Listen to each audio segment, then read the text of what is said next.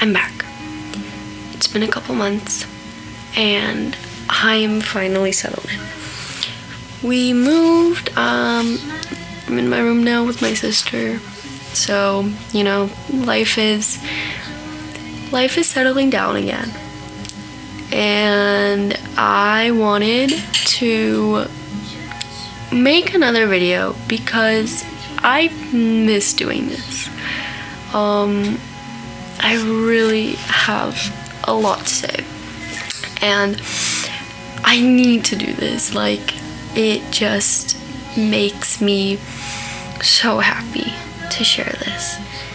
And today is gonna be a heavier topic, I would say, but it came to my mind randomly today, and I realized how much power it holds and how it lives in our subconscious when we don't notice. And what I'm going to talk about today is I miss the feeling of cutting myself. And I don't say this in a way as I want to go back to cutting myself. That's not what I mean. I don't want to harm myself again.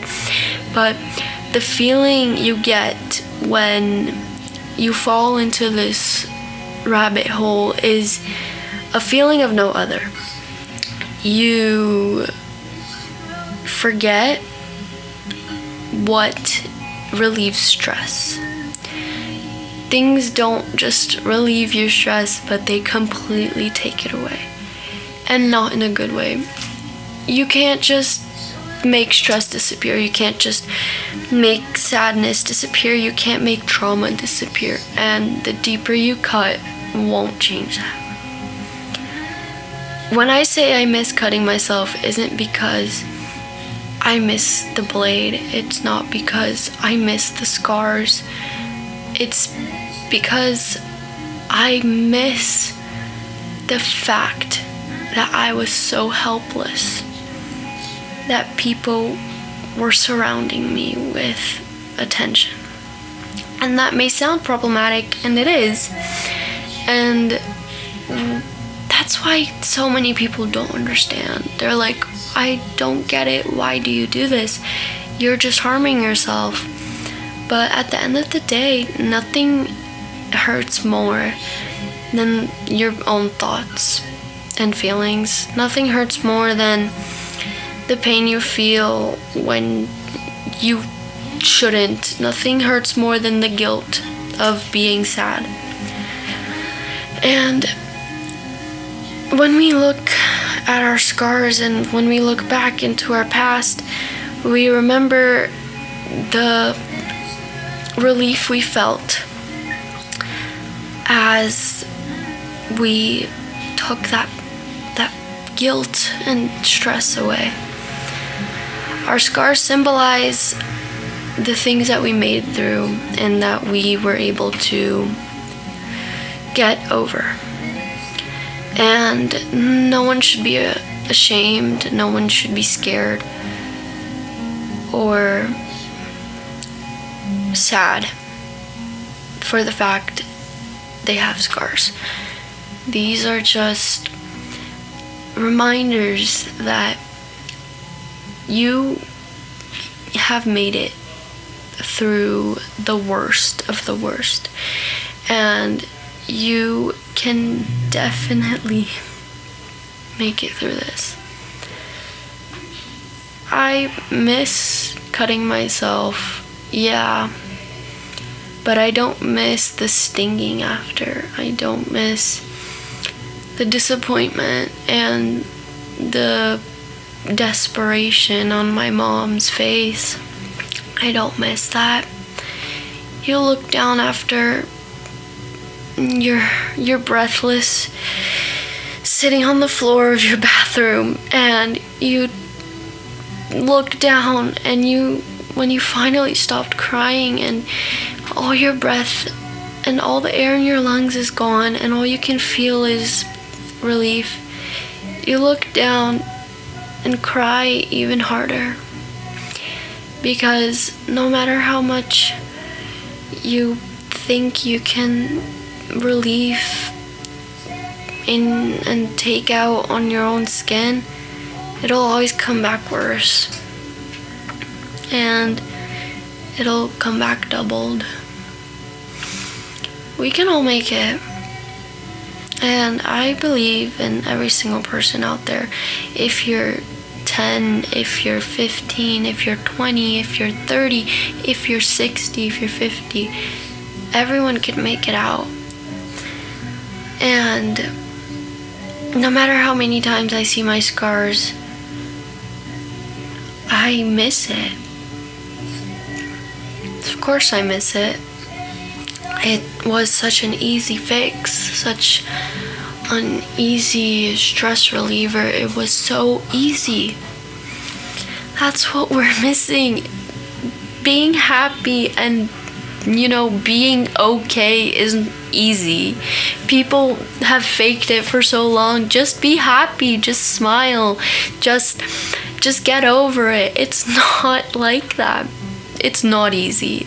It's easier to be sad than it is to be happy. That is the reality. And nothing's gonna change that. Being human is hard. And now you have to choose if you're gonna go the happy hard or the sad hard. Because as much as being sad can look easy and it feels easy, it's not for the people around you and for your life. Because the more you let go and the less you care about, the harder it will be in the future. You cannot care about your grades now, and it may seem so easy, and you may be so not stressed, and you just sleep all day, but it's gonna catch up to you. And it's going to be even harder. I promise. So as humans, we have two paths we can take. We can do easy hard, or hard sad, or happy hard. And it's hard when you've been in the sad. It's not easy because you want to sleep. You want to ignore your entire life and grades and family, and you want to, but don't. I'm begging you, don't. It's not too late. There's nothing wrong with you. You're not insane. You're not disgusting. You're a human, and that makes you more human than many people out here. The happiest people are always the saddest on the inside. Remember that. Don't compare yourself to others. And just remember that it's not easy, so don't pretend it is. This was a heavy topic, yes. But I want you guys to think, and if you're a parent watching this, as I say this every video, if you're a parent watching this and your child struggles with something like this, don't ask yourself why they do this. Ask yourself, how can I show my child just a little bit of happiness each day? Their world isn't gonna change in one day. Doesn't matter if you take them out for ice cream, do everything they want, it's not gonna change. For someone to go through something like this, it is a pit of sadness that goes so deep. It overflows, and we need an outlet, and unfortunately sometimes it becomes our own body. So don't look for the easy way out. Do the hard things. Go to therapy. get the meds, go to the hospital. Tell your parents. Tell anyone. Maybe it's not your parent, maybe it's your friend, maybe it's your aunt, maybe it's your teacher. Tell anyone. I'm telling you, it'll be really hard. Really hard. But everything is. And it's easier than to stay in that hole for the rest of your life. Because I promise you it'll only get deeper. And at some point you won't be able to come out. And that's a really, really dark place. Well,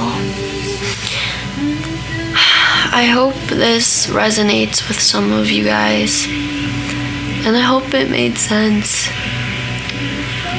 That's a bit of my advice and my knowledge so far. And yeah, I'm gonna try to post more frequently. It's been a while, but I hope that these videos have helped you guys, and I love you all. Bye.